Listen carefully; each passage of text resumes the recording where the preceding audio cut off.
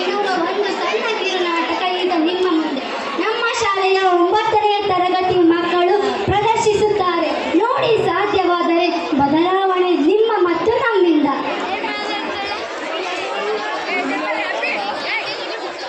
ಅಪ್ಪ ಅಪ್ಪ, ನಾನು ರಸ ಪ್ರಶ್ನೆಯಲ್ಲಿ ಪಟ್ಟಿದ್ದೀನಿ.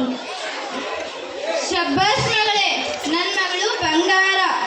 ಲೇ ಸರೋಜಾ, ನನ್ನ ಮಗಳು ಕ್ವಿಜ್ ಕಾಂಪಿಟೇಷನ್ ನಲ್ಲಿ ಫಸ್ಟ್ ಬಂದಿದ್ದಾಳೆ. ಊರಿನವರಿಗೆಲ್ಲ ಸಿಹಿ ಹಂಚು. ರೀ, ಅವಳು ಏನಪ್ಪ ಮಗಳಪ್ಪ ನೀವು ಅವಳು ಗೆದ್ದಿರೋದು ಕ್ವಿಜ್ ಅಷ್ಟೇ, ಒಲಿಂಪಿಕ್ಸ್ ಅಲ್ಲ. ನೋಡೆ, ಈ ಕ್ವಿಜ್ನಲ್ಲಿ ಮೆಡಲ್ ಗೆಲ್ತಾಳೋ ಇಲ್ಲವೋ, ಆದರೆ ನನ್ನ ಕನಸು ಏನಂದ್ರೆ ನನ್ನ ಮಗಳು ಡಾಕ್ಟರ್ ಆಗ್ಬೇಕು ಅನ್ನೋದು, ನನ್ನ ಹೆಸರು ಕಾಪಾಡೋದು. ಅಲ್ವಾ ಮಗಳೇ, ಕಾಪಾಡ್ತೀಯ? ಹೂನಪ್ಪ.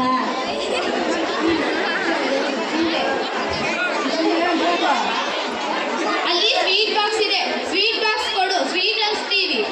ರೀ, ಯಾರಾದ್ರೂ ಚಿಕ್ಕ ವಿಷಯಕ್ಕೆ ಸ್ವೀಟ್ ಹಂಚ್ತಾರಾ? ಊರನ್ನೆಲ್ಲ ನೋಡಿ ನಗಲ್ವಾ? ಹ್ಞೂ, ಯಾಕೆ ನಗ್ತಾರೆ? ಅವಳು ಗೆದ್ದೆ ಇಡೀ 1000 ಜನ ಓದೋ ಸ್ಕೂಲಲ್ಲಿ ನನ್ನ ಮಗಳು ಒಬ್ಬಳೇ ಫಸ್ಟ್ ಪ್ರೈಸ್ ಗೆದ್ದಿರೋದು.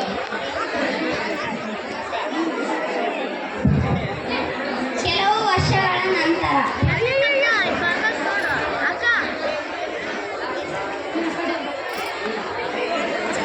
ಸರೋಜಾ, ನನ್ನ ಮಗಳು SSLCಯಲ್ಲಿ ಟಾಪರ್ ಆಗಿದ್ದಾಳೆ ಕಣೆ.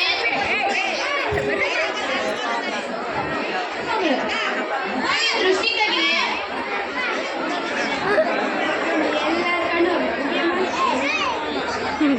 ಹಾಗೆ ಸಂಜೆ ಊಟಕ್ಕೆ ರೆಡಿ ಮಾಡು. ಅಕ್ಕಪಕ್ಕದ ಮನೆಯವರಿಗೆಲ್ಲ ಬರ ಹೇಳ್ತೀನಿ. ಯಾರಾದ್ರೂ ಚಿಕ್ಕ ವಿಷಯಕ್ಕೆ ಎಲ್ಲರಿಗೂ ಊಟ ಹಾಕ್ಸ್ಬೇಕಾ?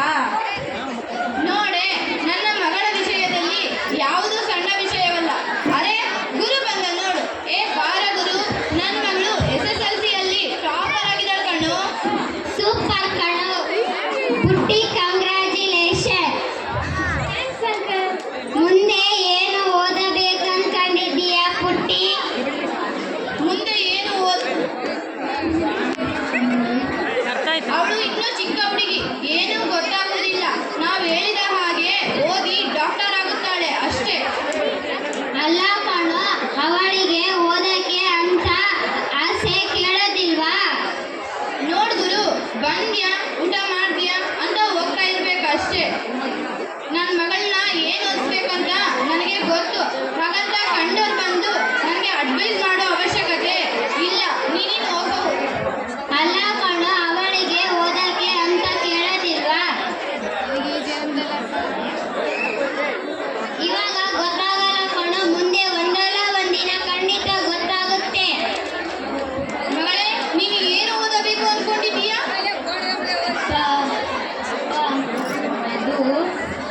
ಅಪ್ಪ, ನಾನು ಪೈಲಟ್ ಆಗಬೇಕು ಅಂತ ಅನ್ಕೊಂಡಿದ್ದೀನಿ. ಏನು? ಇನ್ನೊಂದ್ಸಲ ಹೇಳು. ಹೇಳು.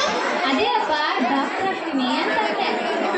ನೋಡು ಸರೋಜಾ, ವಾಸು ಅವರ ಮಗಳು SKS ಕಾಲೇಜ್ ಮಂಗಳೂರಿನಲ್ಲಿ MBBS ಸೀಟ್ ಸಿಕ್ಕಿದೆ.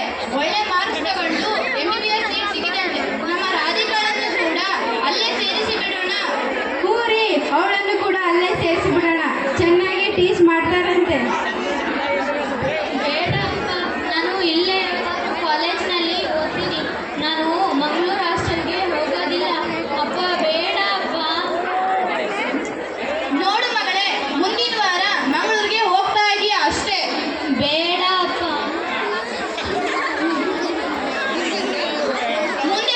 ನೀನು ಮುಂದಿನ ವಾರ ಮಂಗಳೂರಿಗೆ ಹೋಗ್ತಾ ಇದೀಯ ಅಷ್ಟೇ.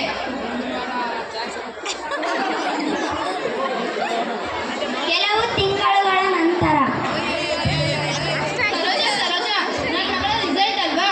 ಎಷ್ಟು ಮಾರ್ಕ್ಸ್ ಬಂದಿದೆ? ಹ್ಞೂ ರೀ, ಬಂದಿದೆ. ಟೀ ಕೊಡ್ಲಾ ಅಥವಾ ನಿಮಗೆ ಕಾಫಿ ಕೊಡ್ಲಾ? ಸರೋಜಾ, ನನ್ನ ಮಗಳ ರಿಸಲ್ಟ್ ಬಂತ ಅಂತ ನಾನು ಎಷ್ಟು ಟೆನ್ಷನ್ನಲ್ಲಿದ್ದೀನಿ. ನೀನು ನೋಡಿದ್ರೆ ಕಾಫಿ ಕೊಡ್ಲಾ, ಟೀ ಕೊಡ್ಲಾ ಅಂತಿದೀಯಲ್ಲ. ನಿಮ್ಮ ಮಗಳನ್ನೇ ಕೇಳಿ ರಿಸಲ್ಟ್ ಏನಾಯ್ತು ಅಂತ. ರಾಧಿಕಾ, ನಿನಗೆ ಎಷ್ಟು ಮಾರ್ಕ್ಸ್ ಬಂದಿದೆ? ಅಪ್ಪ, ನಾನು ಜಸ್ಟ್ ಪಾಸ್ ಆಗಿದ್ದೀನಪ್ಪ. ಏನು, ಜಸ್ಟ್ ಪಾಸ? ಇವಳು ಹೇಳ್ತಿರೋದು ನಿಜಾನ ಸರೋಜಾ? ಹ್ಞೂ ರೀ, ಅವಳು ಹೇಳ್ತಿರೋದು ನಿಜ. ಜಸ್ಟ್ ಪಾಸ್ ಆಗಿ ಬಂದಿದ್ದಾಳೆ ನಿಮ್ಮ ಮಗಳು. ಅಯ್ಯ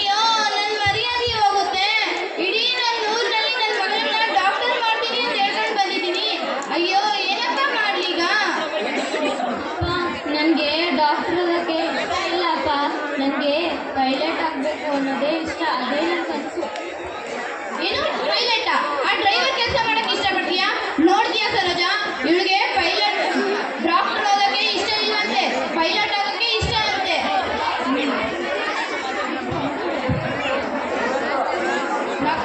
ನೋಡು ಮಗಳೇ, ನೀನು ಹುಟ್ಟಿದಾಗ ನನ್ನ ಮಗಳು ಹುಟ್ಟಿದ್ದು ಅಂತ ಅನ್ಕೊಂಡಿಲ್ಲ. ನೀವು ಸತ್ತು ಬದುಕಿದ್ರು ಡಾಕ್ಟರ್ ಆಗೇ ಇರಬೇಕು, ಇಲ್ಲ ಅಂದ್ರೆ ನನ್ನ ಕೈಯಾರೆ ನಿನ್ನ ಸಾಯಿಸ್ಬಿಡ್ತೀನಿ. ಸರಿ ಅಪ್ಪ, ನಾನು ಚೆನ್ನಾಗಿ ಓದಿ ಡಾಕ್ಟರ್ ಆಗ್ತೀನಿ ಅಪ್ಪ.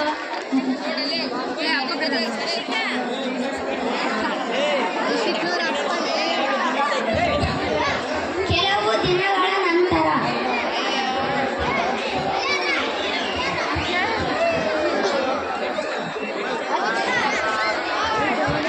ರಾಧಿಕೆ ಎದಕ್ಕೆ ಕಣೆ ಅಳ್ತಿದೆಯಲ್ಲ?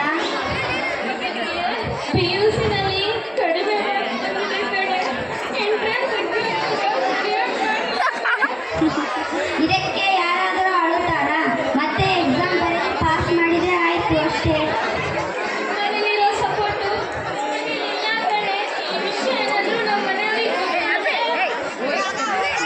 ಮಗಳೇ, ಬಸ್ ಬಂತು, ಬಾ. ಸರಿ, ಅಪ್ಪ ಕರೆಯುತ್ತಿದ್ದಾರೆ, ನಾನು ಹೋಗ್ತೀನಿ. ನೀನೇನು ತಲೆ ಕೆಡಿಸ್ಕೊಳ್ಳಬೇಡ. ಮನೆಗೆ ಹೋಗಿ ಫೋನ್ ಮಾಡ್ತೀನಿ, ಆಯ್ತಾ? ಅಮ್ಮ ರಾಧಿಕಾ, ಭಾಗ ತೆಗಿಯಮ್ಮ.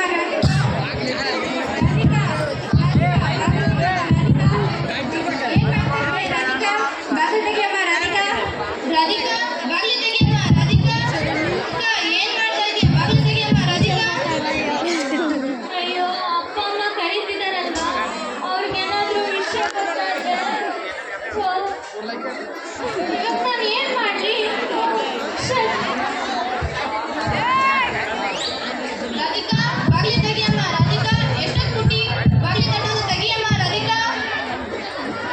ಅಪ್ಪ ಅಮ್ಮ, ನನ್ನ ಕ್ಷಮಿಸ್ಬಿಡಿ.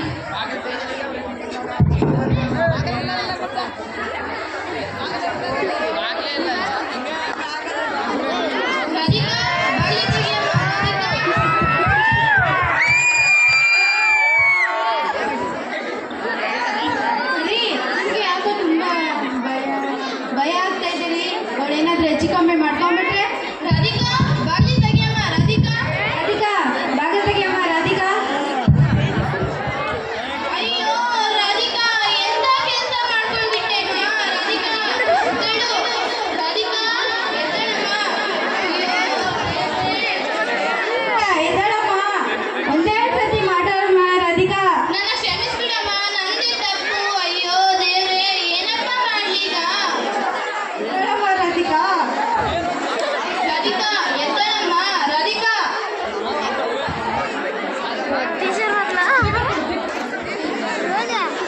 ಯಾಕೆ ಹಿಂಗ್ ಮಾಡ್ಕೊಂಡೆ? ಮುಂದಿನ ಸಲ ಚೆನ್ನಾಗಿ ಓದಿ ಸೀಟ್ ತಗೊಂಡಿತ್ತಲ್ಲ.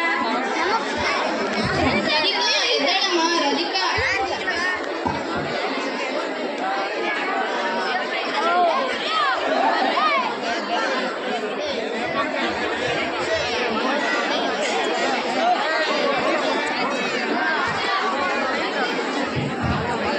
ಕ್ಷಮಿಸಿ ಅಪ್ಪ, ನಿಮ್ಮ ಕನಸನ್ನು ನನಸು ಮಾಡಲಿಕ್ಕೆ ಆಗಲಿಲ್ಲ. I am loser. ಅಪ್ಪ, ನಾನು ಡಾಕ್ಟರ್ ಆಗಿ ಸಾಯ್ತಾ ಇಲ್ಲ, ಮಗಳಾಗಿ ಸಾಯ್ತಾ ಇದ್ದೀನಿ. ಅಮ್ಮ, ಅಪ್ಪನನ್ನು ಚೆನ್ನಾಗಿ ನೋಡಿಕೊ. Miss you. ರಾಧಿಕಾ, ಎದ್ದೇಳಮ್ಮ. ರಾಧಿಕಾ, ಅಮ್ಮ ರಾಧಿಕಾ, ಎದ್ದಾಳಮ್ಮ. ರಾಧಿಕಾ, ಒಂದೇ ಒಂದ್ಸತಿ ಮಾತಾಡಮ್ಮ. ರಾಧಿಕಾ, ಅಲ್ಲ ಸರ್, ನೀವು ಪೇರೆಂಟ್ಸ್ಗಳೇ ಹೀಗೆ.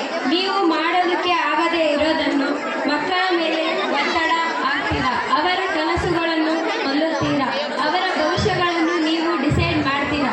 ನಿಮ್ಮಂಥವರಿಂದಲೇ ಈ ದಿವಸಗಳಲ್ಲಿ ಸೂಸೈಡ್ ಮಾಡಿಕೊಳ್ಳುತ್ತಿದ್ದಾರೆ.